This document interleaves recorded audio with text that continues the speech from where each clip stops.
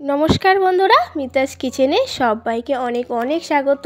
আজকে রেসিপি করেছি মোমো রেসিপি, যেটা বানানো কিন্তু খুবই সহজ। তো আমরা মনে করি বানাতে গেলে অনেক সময় লাগে, অনেক খাটতে হয়। তো খুবই সহজভাবে আপনাদের সাথে শেয়ার করব মোমো রেসিপি। আর আজকের মোমো ভেজ মোমো বানিয়েছি। তার জন্য এখানে বাঁধাকপিটাকে গ্রেট করে নিচ্ছি। তো বাঁধাকপিটা গ্রেট করে প্রথমে কিন্তু ধুয়ে নিয়েছি, তারপর গ্রেট করে নিয়েছি। এবারে এখানে একটা গাজরকে গ্রেট করে নিতে হবে। তো একই রকমভাবে গ্রেট করে নেব গাজর ও বাঁধাকপি। তো দুটোকে গ্রেট করে নেওয়া হয়ে গেছে। যেহেতু এটা ভেজ মোমো বানাবো, তো তার আগে পুরটা কিন্তু বানিয়ে নিতে হবে। তো বাঁধাকপিটা গ্রেট করার পরে কিন্তু অনেকটাই জল বেরোচ্ছে, তো সেটা জলটাকে নিকড়ে বাদ দিতে হবে। তো বাঁধাকপি, গাজর, পেঁয়াজ নিয়েছি এখানে তিনটে মিডিয়াম সাইজে ছোট করে কেটে নিয়েছি। আদা রসুন গ্রেট করে নিয়েছি বা ছোট করে কুচিয়ে দিলেও হবে। কাঁচা লঙ্কা দিলাম পরিমাণ মতো, লঙ্কাটা এখানে অল্প দিলে হবে। দিয়ে দিলাম উপর থেকে ধনেপাতা কুচি। দেওয়ার পরে লবণ ও গোলমরিচ দিয়ে ভালো করে পুরটা মাখিয়ে নেব। তো হাত দিয়ে কিন্তু মাখিয়ে নিচ্ছি, আপনারা চাইলে চামচ দিয়েও কাজটা করে নিতে পারেন। তো এবারে আমি ময়দাটা মাখবো। দিচ্ছি এখানে পরিমাণ মতো ময়দা। আপনারা যতটা পরিমাণে বানাবেন ততটাই ময়দা নিয়ে নেবেন। দিয়ে দিলাম স্বাদ মতো লবণ, দিয়ে একটু হাত দিয়ে শুকনো ময়দা মাখিয়ে নিলাম। তারপরে অল্প অল্প করে জল দিয়ে একটা সফট ডো বানিয়ে নেব। আর মোমো বানানোর জন্য কিন্তু বেশি শক্ত ডো হলে হবে না, মিডিয়াম সাইজের ডো করে নিতে হবে। নেওয়ার পরে এইরকম বড় বড় লেচি করে আমি কিচেন স্ল্যাবের উপরেই বেলে নেব।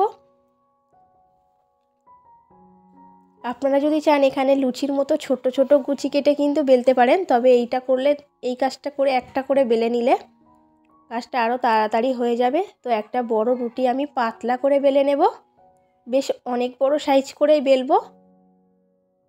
তো বেলে নিয়েছি, দেখতে পাচ্ছেন খুবই পাতলা করে। তারপর এইরকম একটা কানা উঁচু বাটি দিয়ে কিন্তু গোল গোল করে কেটে নেব, তাতে মোমোর সাইজটা একই রকম হবে। তো এরকমভাবে আমি কেটে নিচ্ছি।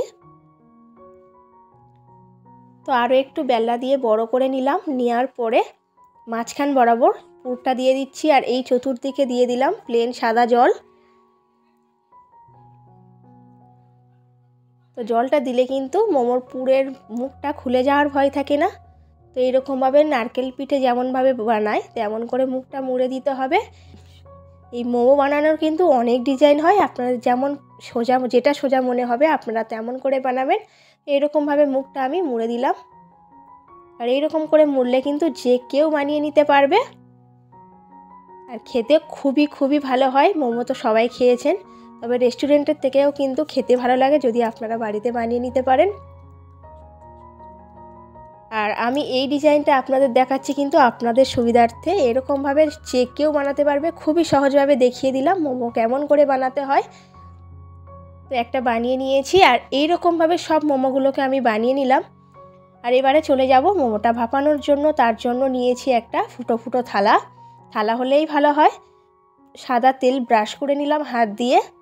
নেওয়ার পরে একটা একটা করে মোমো আমি এরকম একটু ফাঁক ফাঁক করে দিলাম, যাতে মোমো আর একটা মোমোর গায়ে না লেগে যায়, তাহলে কিন্তু তোলার সময় একটু অসুবিধা হতে পারে।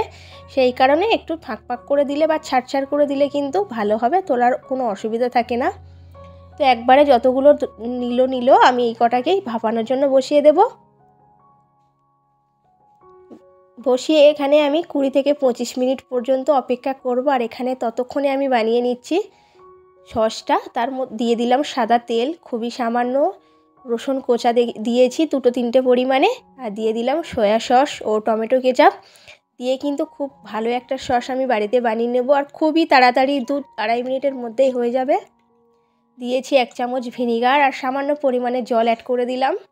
আর গ্যাসের ফ্লেমটা অবশ্যই করে লো করে দিতে হবে, না হলে মশলাগুলো বা সসগুলো কিন্তু পুড়ে যাওয়ার ভয় থাকে। আর খুবই সামান্য পরিমাণে 1 চামচ মতো কর্নফ্লাওয়ার গুলে দিয়ে দিয়েছি, আর ওপর থেকে একটু লঙ্কার গুঁড়ো ও বিট লবণ দিয়ে দিলাম।